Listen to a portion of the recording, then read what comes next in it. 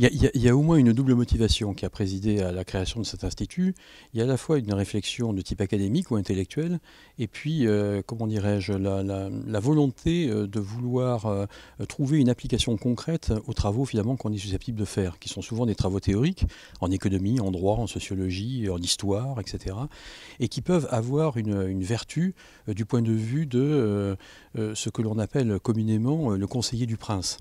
Et ce que demandaient les militaires, c'était est-ce que l'on peut avoir une distanciation critique des aides à la décision que nous sommes censés prendre, très souvent dans l'urgence, sans avoir la réflexion suffisante, d'une certaine manière, pour peser le principal de l'accessoire ou voir quels sont les différents enjeux.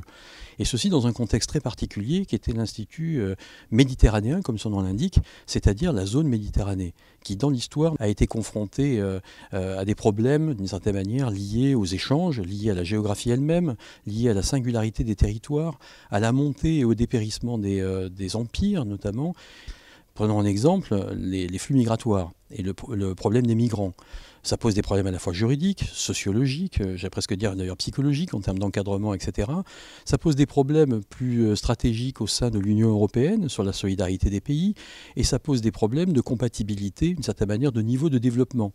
Et est-ce que l'on peut se satisfaire dans un endroit aussi restreint que la Méditerranée de niveaux de développement qui ont tendance d'ailleurs à s'accroître, hein, et qui sont absolument insupportables entre les pays du Nord et les pays du Sud.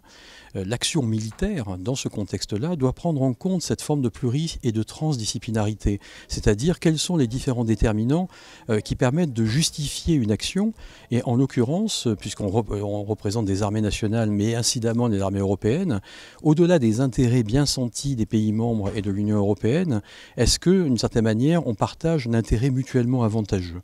Pour trouver cet intérêt mutuellement avantageux dans le cadre de ces campagnes, militaires ou non d'ailleurs, hein, parce que ça concerne aussi les ONG hein, qui sont partie prenante, le but de cet institut, c'est précisément de travailler ensemble.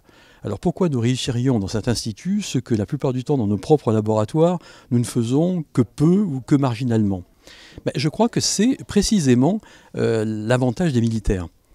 C'est-à-dire que là, nous raisonnons par rapport à des gens qui doivent prendre des décisions, qui souvent sont des décisions, j'allais dire brutales, pas au sens de leur finalité, mais brutales au sens du manichéisme. Il faut y aller ou il ne faut pas y aller. Il faut répondre à ceci ou pas. Il faut obéir finalement à telle injonction finalement ou pas.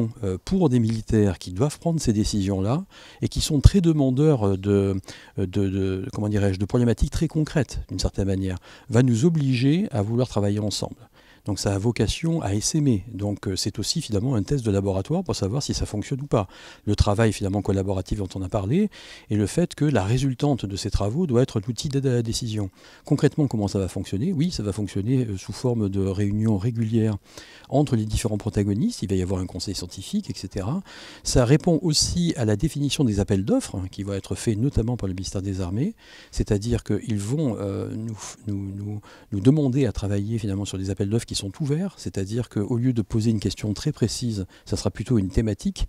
Et à ce moment-là, il y aura un système de navette entre le ministère et nous, par exemple, pour arriver à affiner des angles de réflexion et autres.